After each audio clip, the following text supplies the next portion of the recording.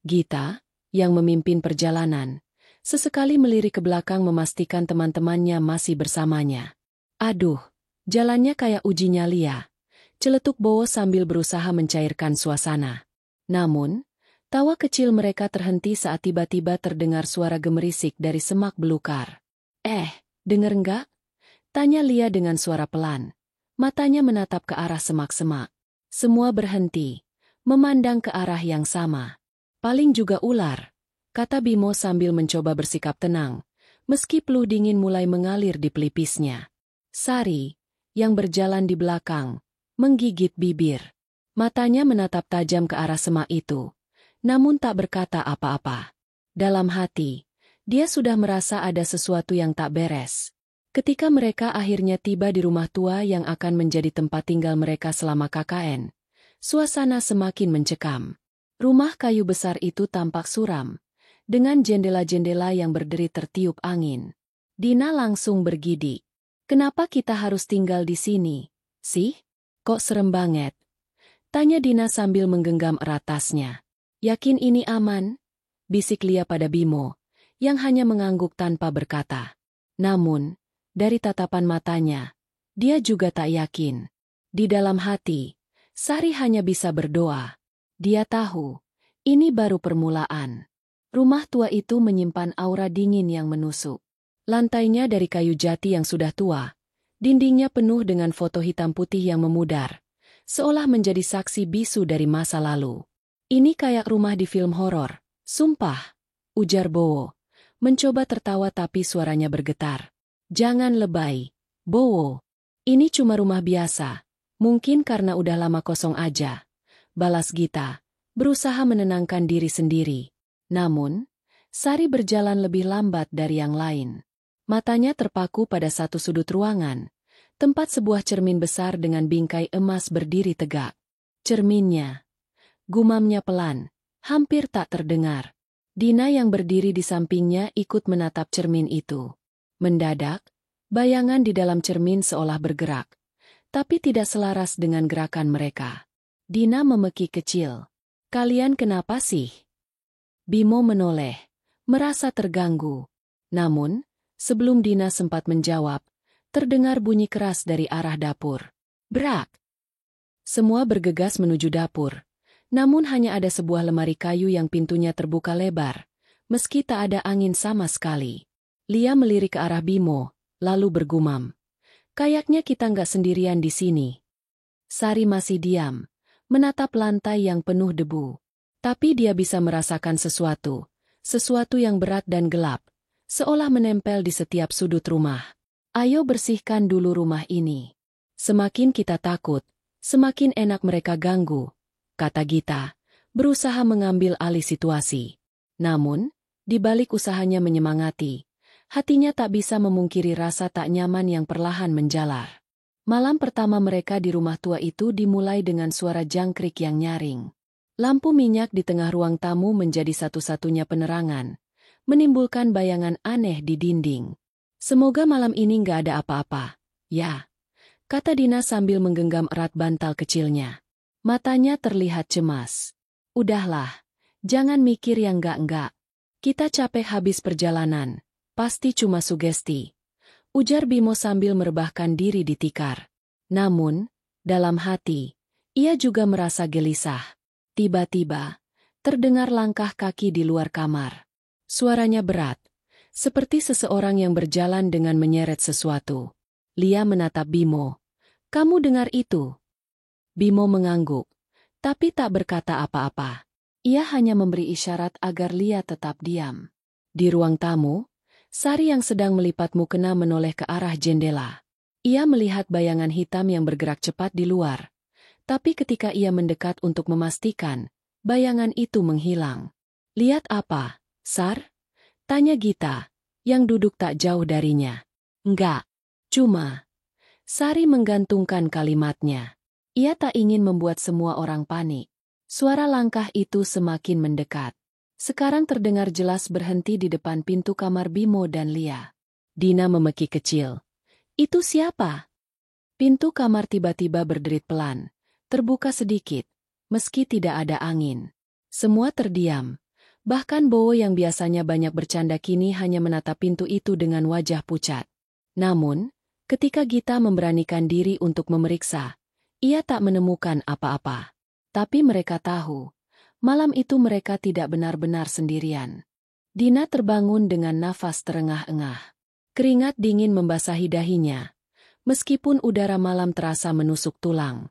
Ia bermimpi melihat seorang wanita dengan rambut panjang berdiri di sudut ruangan, tersenyum menyeramkan. "Dina, kamu kenapa?" tanya Lia yang tidur di sebelahnya. Dina tidak menjawab, hanya melirik ke arah pintu kamar yang terbuka lebar. "Kamu buka pintu tadi?" bisiknya. Lia menggeleng, bingung. "Enggak, tadi aku tutup kok." Dina bangkit perlahan, mendekati pintu. Tapi begitu ia hendak menutupnya, terdengar suara cekikikan kecil dari luar. Suara itu menggema, membuat bulu kuduknya berdiri. "Lia, denger enggak?" Dina bertanya dengan suara bergetar. Lia hanya mengangguk, wajahnya pucat. Sementara itu, di kamar sebelah, Bowo terbangun karena mendengar sesuatu seperti langkah kaki di atap. Kayak ada yang jalan di atas. "Gila!" gumamnya pada diri sendiri. Ia berusaha meyakinkan bahwa itu hanyalah suara tikus.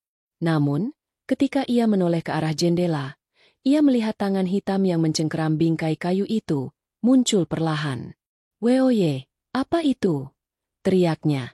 Langsung membuat semua orang terjaga. Bimo dan Gita langsung berlari ke arah kamar Bowo. Tapi saat mereka tiba, jendela sudah kosong, seolah tak pernah ada apa-apa di sana. "Kamu mimpi kali, Bao," kata Gita, meski suaranya juga terdengar gugup. "Sumpah, gue lihat, ada tangan di jendela." Bowo bersikeras, tapi tak ada yang berani mendekati jendela itu lagi. Malam itu, mereka semua sulit tidur. Di luar, suara angin berdesir terdengar seperti bisikan yang menghantui. Keesokan harinya, suasana pagi tidak membantu mengusir rasa takut mereka. Sari, yang sejak awal sudah merasa ada yang tidak beres, memutuskan untuk berbicara dengan Bimo dan Lia. "Lia, Bimo, aku mau ngomong serius," kata Sari sambil menarik mereka ke sudut rumah. "Kalian tahu nggak kalau desa ini punya aturan keras soal tempat-tempat tertentu?" Bimo tertawa kecil, berusaha menutupi rasa canggungnya. "Aturan? Maksudmu larangan mistis itu? Ayolah, Sar, kita ini mahasiswa. Jangan percaya hal kayak gitu." "Bimo, ini bukan soal percaya atau enggak," tegas Sari. "Aku tahu sesuatu tentang sungai di ujung desa. Jangan pernah ke sana, apalagi melakukan hal yang enggak pantas." Lia hanya diam, menunduk. Dia tahu maksud Sari, tapi tak berani berkata apa-apa. Hatinya bercampur antara rasa malu dan ketakutan. "Udah, Sar, kita nggak bakal ke sana," jawab Bimo akhirnya, meski suaranya terdengar setengah hati. Namun, sore itu, Lia dan Bimo memutuskan untuk berjalan-jalan di sekitar desa, mencari waktu untuk berdua. Tanpa mereka sadari, langkah mereka membawa mereka ke tepi sungai yang disebut Sari. "Tempat ini indah banget, ya," kata Lia sambil duduk di atas batu besar di pinggir sungai. Bimo tersenyum, matanya menatap Lia penuh rasa kagum. Tapi di balik keindahan itu, ada sesuatu yang mengintai mereka. Riak air sungai yang tenang mendadak bergolak kecil, seolah memperingatkan sesuatu. "Ayo kita pulang, aku nggak nyaman di sini," kata Lia akhirnya, merasa hawa dingin menyelimuti tubuhnya. Tapi Bimo menahan tangannya. "Sebentar lagi, nggak apa-apa kok." Tanpa mereka sadari, bayangan hitam mulai muncul di dasar sungai, bergerak mendekat dengan perlahan. Keesokan harinya, suasana pagi tidak membantu mengusir rasa takut mereka. Sari, yang sejak awal sudah merasa ada yang tidak beres, memutuskan untuk berbicara dengan Bimo dan Lia. "Lia, Bimo, aku mau ngomong serius," kata Sari sambil menarik mereka ke sudut rumah. "Kalian tahu nggak kalau desa ini punya aturan keras soal tempat-tempat tertentu?" Bimo tertawa kecil, berusaha menutupi rasa canggungnya. "Aturan? Maksudmu larangan mistis itu? Ayolah, Sar, kita ini mahasiswa. Jangan percaya hal kayak gitu." "Bimo, Ini bukan soal percaya atau enggak, tegas Sari. Aku tahu sesuatu tentang sungai di ujung desa. Jangan pernah ke sana, apalagi melakukan hal yang enggak pantas. Lia hanya diam, menunduk. Dia tahu maksud Sari, tapi tak berani berkata apa-apa. Hatinya bercampur antara rasa malu dan ketakutan. Udah, Sar. Kita nggak bakal ke sana, jawab Bimo akhirnya, meski suaranya terdengar setengah hati. Namun, sore itu, Lia dan Bimo memutuskan untuk berjalan-jalan di sekitar desa, mencari waktu untuk berdua. Tanpa mereka sadari, langkah mereka membawa mereka ke tepi sungai yang disebut Sari. Tempat ini indah banget, ya, kata Lia sambil duduk di atas batu besar di pinggir sungai. Bimo tersenyum. Matanya menatap Lia penuh rasa kagum. Tapi di balik keindahan itu, ada sesuatu yang mengintai mereka. Riak air sungai yang tenang mendadak bergolak kecil, seolah memperingatkan sesuatu. Ayo kita pulang, aku nggak nyaman di sini, kata Lia akhirnya, merasa hawa dingin menyelimuti tubuhnya. Tapi Bimo menahan tangannya. Sebentar lagi, nggak apa-apa kok. Tanpa mereka sadari, bayangan hitam mulai muncul di dasar sungai, bergerak mendekat dengan perlahan. Sesampainya di rumah tua, Lia dan Bimo langsung masuk tanpa berkata sepatah kata pun. Wajah mereka pucat, napas masih tersengal. Sari yang sedang membaca buku doa langsung berdiri, merasa ada sesuatu yang tak beres. Kalian habis dari mana? Tanya Sari tajam. Lia hanya menggeleng. Tapi Sari tahu jawabannya dari raut wajah mereka. Aku udah bilang jangan ke sungai itu. Sari menghardik. Nadanya penuh kekhawatiran. Tapi Bimo malah membuang muka. Tak ingin berdebat. Malam itu, suasana di rumah semakin mencekam. Dina yang sedang tidur tiba-tiba menjerit histeris. Tubuhnya menggeliat-geliat di lantai seperti sedang melawan sesuatu yang tak terlihat. Panas! Panas! Lepasin aku! Teriaknya sambil meronta. Gita dan Bowo mencoba menahan tubuhnya yang terus memberontak. Sementara Lia hanya berdiri terpaku di sudut ruangan. Sari segera mengambil air dan membacakan doa, menyiramkannya ke wajah Dina. Tubuh Dina perlahan tenang, tapi matanya tetap tertutup. Dia ngikutin kalian. Gumamnya dengan suara lirih. Semua terdiam. Mereka saling berpandangan dengan tatapan penuh ketakutan. Siapa? Din? Maksud kamu siapa? Tanya Bowo, mencoba bersikap tenang meski suaranya bergetar. Dina membuka matanya perlahan. Wajahnya yang biasanya cerah kini penuh dengan keputusasaan. Dia bilang kalian sudah ganggu tempatnya. Ucapnya pelan. Pandangannya mengarah ke Lia dan Bimo. Di luar rumah, angin mendadak bertiup kencang. Jendela-jendela berderit. Dan bayangan hitam terlihat melintas di halaman depan. Mereka tahu, malam ini tidak akan berlalu begitu saja. Malam itu, suasana di rumah tua semakin mencekam. Dina masih lemah, terbaring di sudut ruangan dengan Sari yang terus membacakan doa di sampingnya. Gita dan Bowo berusaha menenangkan Lia, yang kini mulai menangis terisak. Aku nggak tahu kalau bakal kayak gini, kata Lia dengan suara bergetar. Aku cuma ikut Bimo. Aku nggak mau ganggu siapapun. Bimo yang duduk di dekat pintu hanya diam. Matanya menatap kosong ke lantai. Namun, di balik diamnya, ada rasa bersalah yang terus menghantuinya. Lalu apa sekarang? Kita nggak bisa gini terus, kata Gita. Mencoba bersikap tegas meski rasa takut jelas terpancar dari wajahnya. Tiba-tiba, lampu minyak yang menerangi ruangan berkedip. Seolah ada angin kencang yang meniupnya. Padahal, semua jendela sudah tertutup rapat. Kalian lihat itu enggak? Bisik Bowo sambil menunjuk ke arah cermin besar di ruang tengah. Bayangan gelap terlihat samar di balik pantulan cermin. Tapi tak satu pun dari mereka yang berani mendekat. Udah, jangan diliatin, bentak Sari. Kalian makin lihat, mereka makin kuat. Namun, sebelum Sari sempat menyelesaikan doanya, suara cekikikan kecil terdengar dari arah dapur. Kali ini jelas terdengar oleh semua orang. Aku nggak mau ke dapur lagi, jerit Dina yang sudah setengah sadar, memeluk Sari dengan erat. Sementara itu, Bimo berdiri perlahan, matanya terlihat kosong. Bimo, mau kemana? Tanya Gita panik. Tapi Bimo tak menjawab. Ia berjalan menuju pintu depan, seolah sedang dipanggil oleh sesuatu. Bimo, jangan keluar, teriak Sari. Tapi Bimo terus berjalan, membuka pintu perlahan. Di luar, hanya ada gelap dan suara angin yang menderu.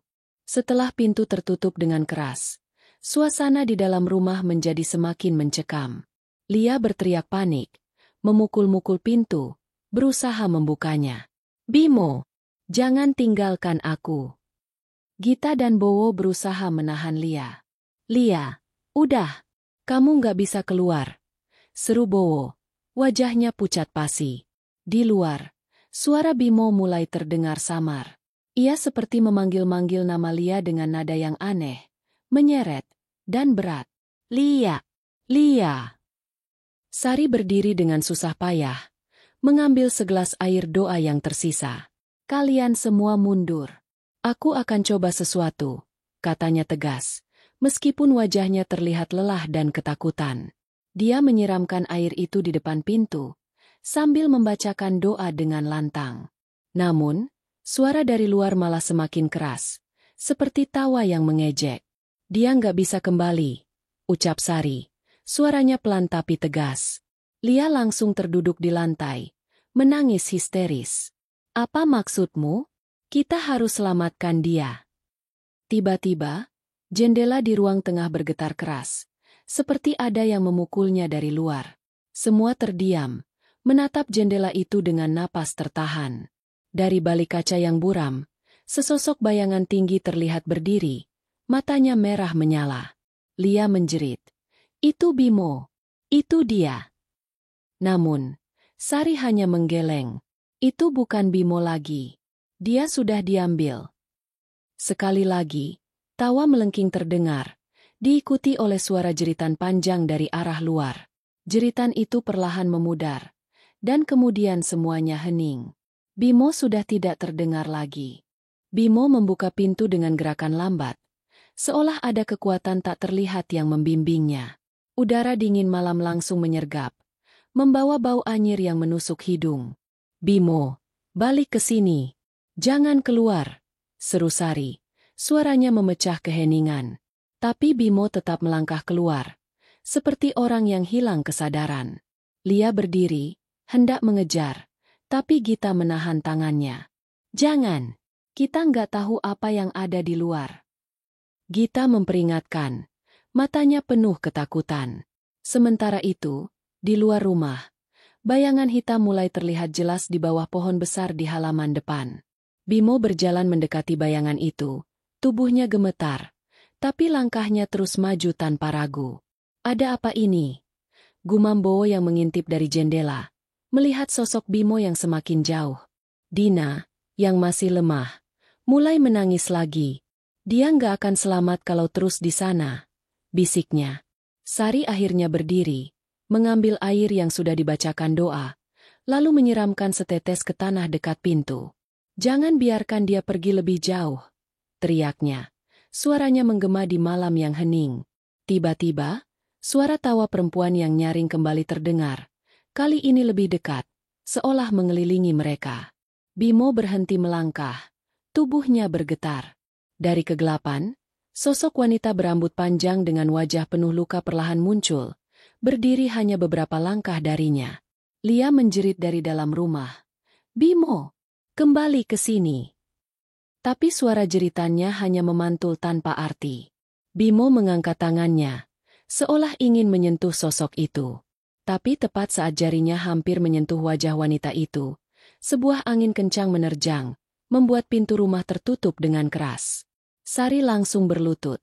Tangannya gemetar sambil terus berdoa. Dia sudah masuk perangkapnya, bisiknya dengan nada putus asa. Keheningan setelah jeritan Bimo justru membuat suasana semakin mencekam. Lia masih terisak di sudut ruangan, sementara Gita mencoba menenangkan Dina yang tubuhnya bergetar. Aku nggak bisa tinggal di sini lagi. Kita harus keluar dari rumah ini, teriak Lia, tapi Bowo langsung menahannya. Kamu mau nyusul Bimo? Hati-hati sama langkahmu. Tiba-tiba, lampu minyak di ruang tengah padam begitu saja. Ruangan menjadi gelap gulita. Hanya cahaya bulan dari jendela yang memberi penerangan tipis.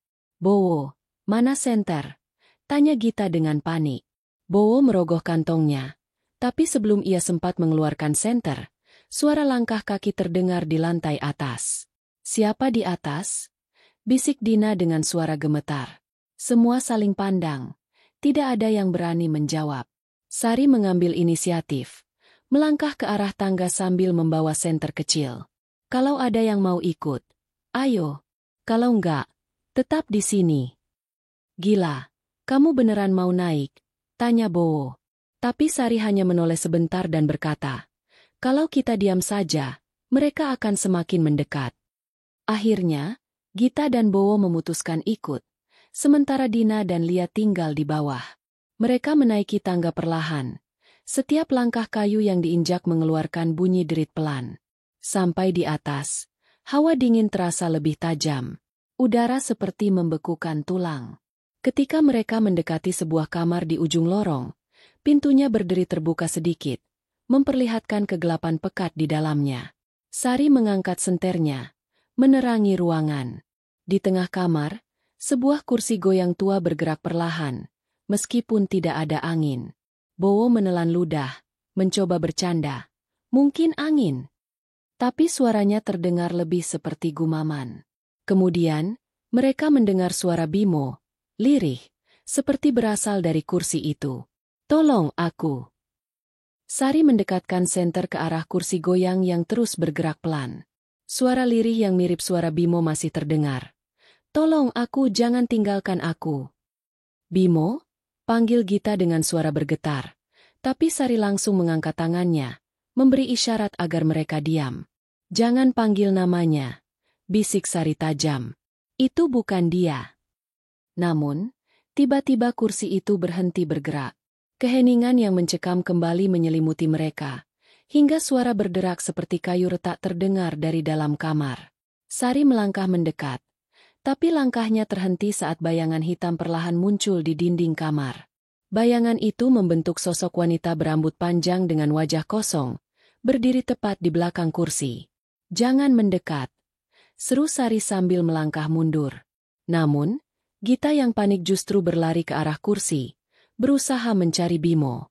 Begitu Gita menyentuh kursi, sosok bayangan itu langsung bergerak cepat, menyerang dengan tangan panjangnya yang hitam seperti arang.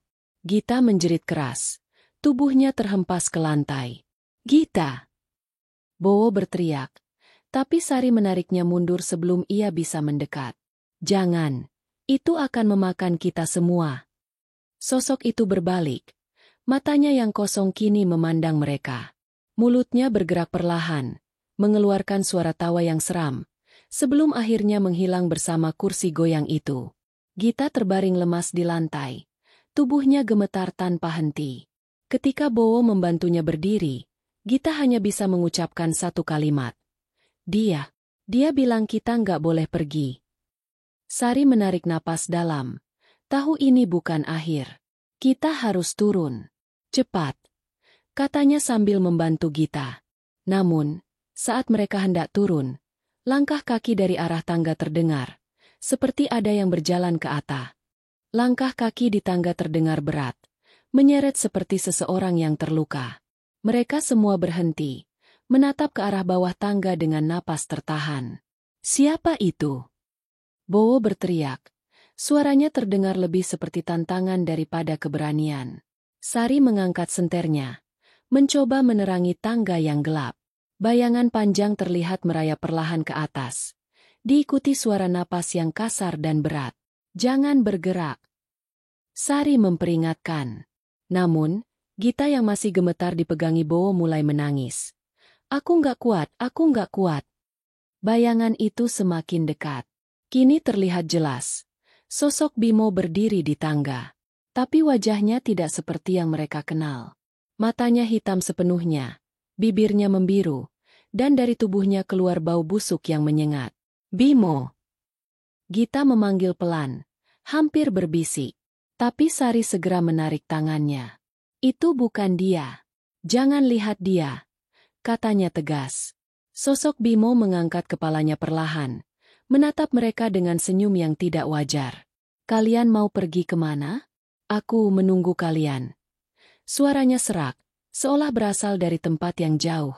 Bowo mencoba bersikap tenang, tapi kakinya mundur tanpa sadar. Ini mimpi, kan? Bilang ini mimpi, Sar. Sari tidak menjawab. Dia hanya menggenggam tasbihnya erat-erat, lalu mulai membaca doa dengan lantang. Sosok Bimo mendekat lebih cepat, tapi tiba-tiba tubuhnya berhenti, seperti ada sesuatu yang menahannya. Lanjutkan doanya. Sar, cepat. Seru Gita. Sari terus membaca doa, meski keringat dingin mengucur deras di pelipisnya. Sosok itu mengeluarkan suara jeritan tinggi yang menusuk, sebelum akhirnya menghilang seperti kabut yang disapu angin. Ruangan kembali sunyi. Mereka bertiga saling pandang. Wajah mereka sama-sama diliputi ketakutan. Dia nggak akan berhenti sampai semua selesai, gumam Sari. Tapi mereka tahu, ini belum berakhir. Setelah sosok Bimo menghilang, mereka turun ke ruang utama dengan langkah yang berat. Lia dan Dina menunggu di bawah, tapi wajah mereka semakin pucat saat melihat kondisi Gita yang masih gemetar. Apa yang terjadi? Tanya Lia panik, mendekati Gita yang langsung terkulai di tikar. Dina hanya menatap kosong, seolah tahu sesuatu yang buruk telah terjadi. Bimo, kata Gita lirih. Dia ada di sana, tapi dia bukan Bimo lagi. Lia menutup mulutnya. Air mata mengalir tanpa henti. Kenapa ini terjadi pada kita? Kenapa? Isaknya. Namun sebelum ada yang menjawab, lampu minyak di ruang utama kembali berkedip. Kali ini, bayangan hitam muncul di dinding, membentuk tulisan aneh yang bergerak perlahan. Sari menatap tulisan itu dengan seksama, lalu mendekat untuk membacanya. Tulisan itu seolah terukir di dinding, dalam huruf-huruf yang sulit dipahami. Apa itu? Tanya Bowo, berdiri di belakang Sari sambil memegang pundaknya. Itu peringatan, kata Sari dengan suara bergetar. Mereka marah. Kita sudah melanggar aturan di desa ini. Tiba-tiba, suara dari luar jendela terdengar lagi. Kali ini seperti orang-orang berbicara pelan namun penuh tekanan. Lia merosot ke lantai, menutupi telinganya. Aku nggak tahan lagi. Suara itu bikin gila. Sari berbalik, menatap mereka semua dengan wajah serius. Kita nggak bisa tinggal diam. Mereka ingin sesuatu dari kita dan kalau kita nggak segera bertindak, kita semua akan jadi korban. Jadi gimana? Apa yang harus kita lakukan? Tanya Bowo, nada suaranya putus asa. Sari menghela napas panjang, lalu berkata, Aku harus bicara dengan Pak Kades. Dia satu-satunya yang mungkin tahu cara menghentikan ini. Namun, saat mereka memutuskan untuk pergi, suara jeritan mendadak terdengar dari arah kamar Dina. Mereka semua tersentak. Dina, yang tadi duduk diam, kini terkulai dengan tubuh kaku dan mata terbuka lebar.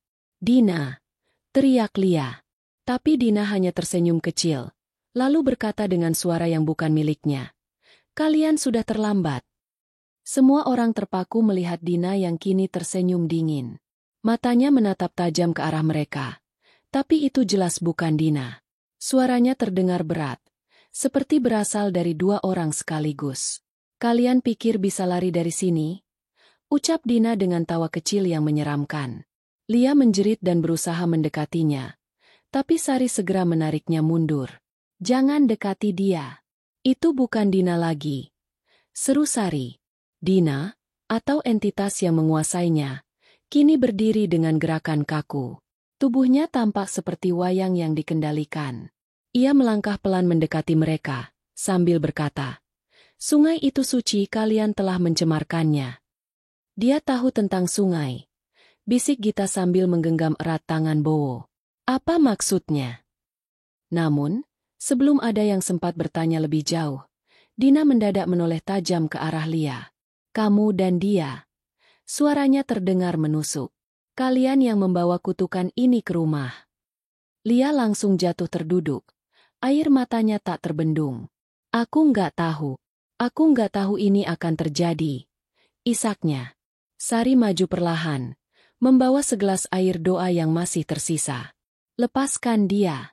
Pergi dari tubuh temanku.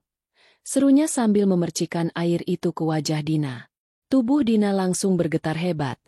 Matanya melotot seperti melawan sesuatu. Kalian semua akan mati. Suara itu berkata sebelum akhirnya jeritan keras menggema di ruangan. Dina terjatuh. Tubuhnya lemas tak bergerak. Semua orang diam. Hanya suara napas mereka yang terdengar. Lia mendekat dengan ragu, menggoyang-goyangkan tubuh Dina. Dina? Kamu nggak apa-apa. Dina membuka matanya perlahan. Kali ini dengan wajah yang bingung. Apa yang terjadi? Kenapa kalian semua lihat aku kayak gitu? Tanyanya dengan suara serak.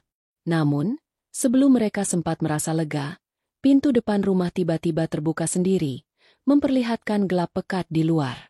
Sari berdiri kaku. Hatinya berkata ini adalah peringatan terakhir. Kita harus keluar dari sini sekarang, seru Sari. Tapi langkah mereka terhenti saat suara langkah kaki mendekat dari kegelapan luar. Langkah kaki dari luar semakin mendekat.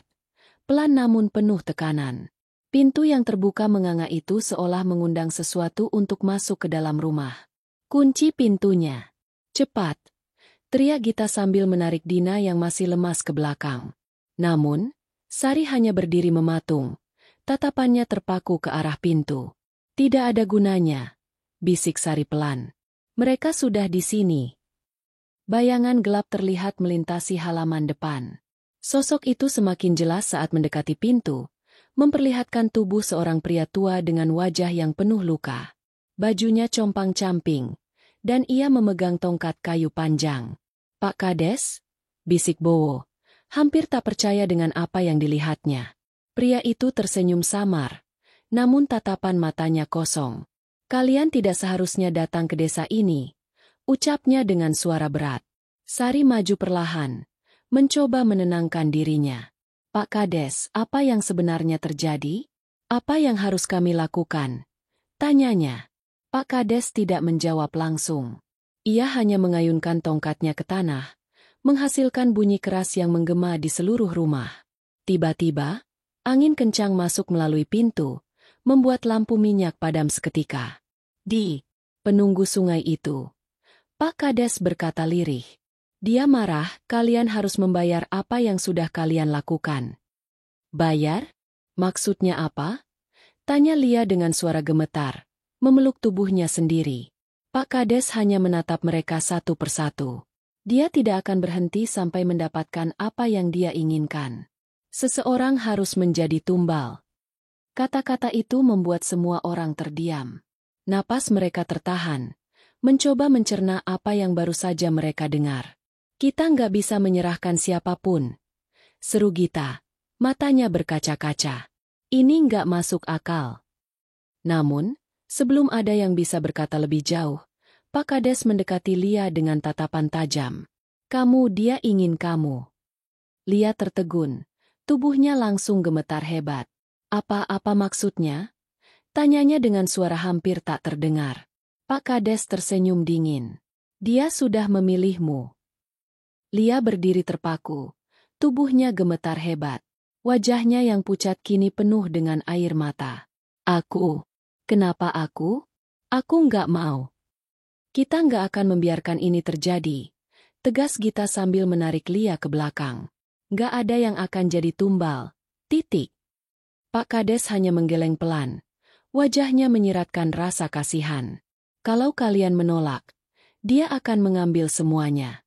Satu persatu. Sari melangkah maju, mencoba mencari jalan keluar. Pak, pasti ada cara lain. Doa, ritual apapun selain menyerahkan Lia. Pak Kades tersenyum tipis, tapi kali ini senyumnya terasa getir. Kalian sudah melanggar aturan. Penunggu itu tidak peduli pada doa kalian. Tiba-tiba, suara dentuman keras terdengar dari arah belakang rumah.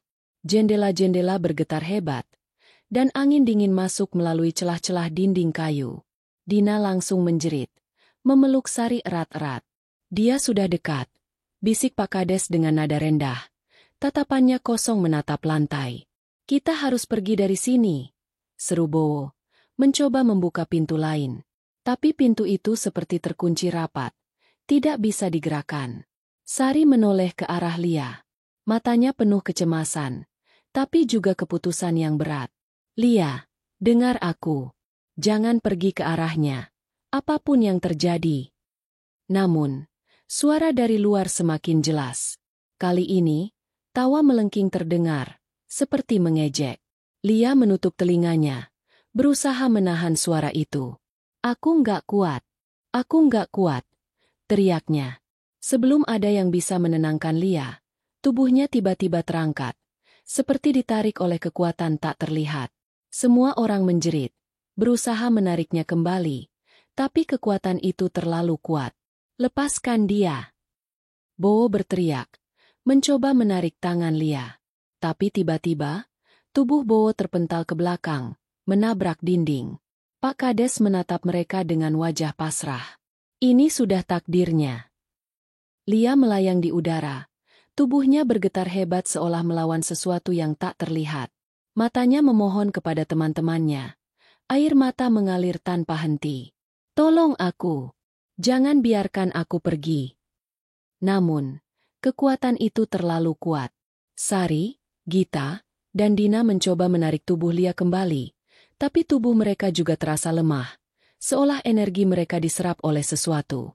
Berhenti melawan. Kalian hanya mempercepat kehancuran kalian sendiri. Teriak Pak Kades. Suaranya penuh dengan ketakutan dan keputusasaan. Tawa melengking kembali terdengar. Kini lebih keras, menggema di seluruh rumah. Bayangan hitam mulai muncul di dinding, melingkar di sekitar Lia, semakin mendekat. Lia, jangan biarkan mereka mengambilmu. Seru Sari, mencoba membaca doa dengan suara lantang. Namun, bayangan itu malah semakin ganas, seperti mengejek usahanya. Tiba-tiba, Lia berhenti berteriak. Matanya terpejam, dan tubuhnya diam di udara. Semua orang terdiam, tidak tahu apa yang akan terjadi. Dia sudah diambil, bisik Pak Kades pelan. Wajahnya penuh dengan kesedihan. Namun, sebelum mereka sempat bereaksi, tubuh Lia jatuh ke lantai dengan keras. Semua orang terkejut, mendekatinya dengan panik. Lia, kamu nggak apa-apa? Tanya Dina sambil mengguncang tubuh Lia. Namun, Lia tidak merespons. Tubuhnya dingin, matanya terbuka lebar dengan tatapan kosong.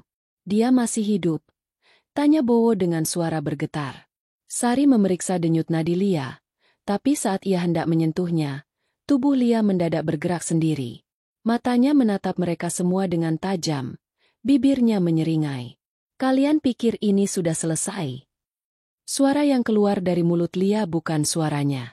Itu suara yang berat, dingin, dan penuh ancaman. Semua mundur dengan ketakutan, menyadari bahwa Lia bukan lagi Lia. Lia, atau sosok yang kini menguasainya, berdiri perlahan dengan gerakan kaku. Matanya yang kosong berkilat merah sesaat, seolah menyala dalam kegelapan ruangan. Bibirnya bergerak, mengeluarkan suara serak dan dingin. Kalian sudah masuk terlalu jauh. Tidak ada jalan kembali, katanya sambil melangkah ke depan.